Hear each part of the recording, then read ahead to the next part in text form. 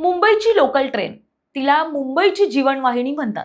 रोज लाखो लोक सुरक्षित आपल्या घरी पोहोचतील या आशेनं या लोकलचा प्रवास करतात. पण कधी विचार केलाय का की एखाद्या लोकल ट्रेनचा दरवाजा उघडणं किंवा बंद करणं या एका किरकोळ कारणासाठी तुमचा जीव जाऊ शकतो? हो, हे ऐकून तुम्हाला कदाचित विश्वास बसणार नाही, पण अंधेरी ते नालासोपारा दरम्यान धावणाऱ्या लोकलमध्ये जे घडलं त्याने अख्ख्या मुंबईला हादरवून सोडलंय. 21 वर्षाचा तरुण मयंक लोहार, ज्याचं स्वप्न होतं आयुष्य जगण्याचं, पण एका माथेफिरूच्या चाकूने त्याचं आयुष्य क्षणात संपवलं. हा खून का झाला आणि पोलिसांनी फक्त एका लोगोवरून आरोपीला कसं शोधून काढलं, पाहूयात त्याचा विशेष व्हिडिओ. नमस्कार, मी प्राची शिरकर, प्रहार न्यूज लाईन मध्ये आपलं स्वागत करते. गोष्ट आहे 23 जून मंगळवारी रात्रीचे 10:42 झालेले. अंधेरी स्टेशन वरून मयंक लोहारने चर्चगेट नालासोपारा फास्ट लोकल पकडली. पाऊस जोरात होता, त्यामुळे डब्याचा एक दरवाजा बंद ठेवण्यात आला होता. त्याच डब्यात रोशन सुवर्णा नावाचा 30 वर्षाचा तरुणही होता. रोशनने अचानक तो बंद असलेला दरवाजा उघडला. पाऊस बाहेरून थेट डब्यात शिरला आणि प्रवाशांच्या अंगावर पाणी उडालं. मयंकने पुढाकार घेतला आणि तो दरवाजा पुन्हा बंद केला.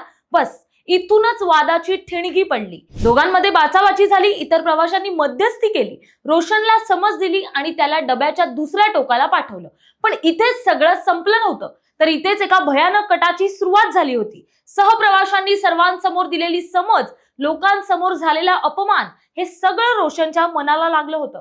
गोरेगाव आणि मालाडच्या दरम्यान ट्रेन असताना रोशनने रागाच्या भरात आपल्या बॅगेतून एक मोठा धारदार चाकू काढला. धावत्या ट्रेनमध्ये त्याने मयंकवर एका पाठोपाठ एक वार केले. छाती आणि पोटावर सपासप वार केल्याने मयंक रक्ताच्या थारोळ्यात कोसळला.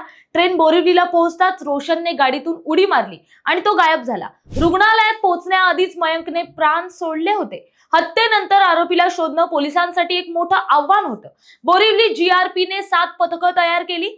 जवळपास 400 सीसीटीव्ही कॅमेऱ्यांचे फुटेज तपासले गेले. तिथे पोलिसांना एक महत्त्वाची गोष्ट दिसली, आरोपीच्या पाठीवर असलेली बॅग. त्या बॅगेवर असलेल्या कंपनीच्या लोगोनं पोलिसांना थेट मीरा रोड पर्यंत पोहोचवलं.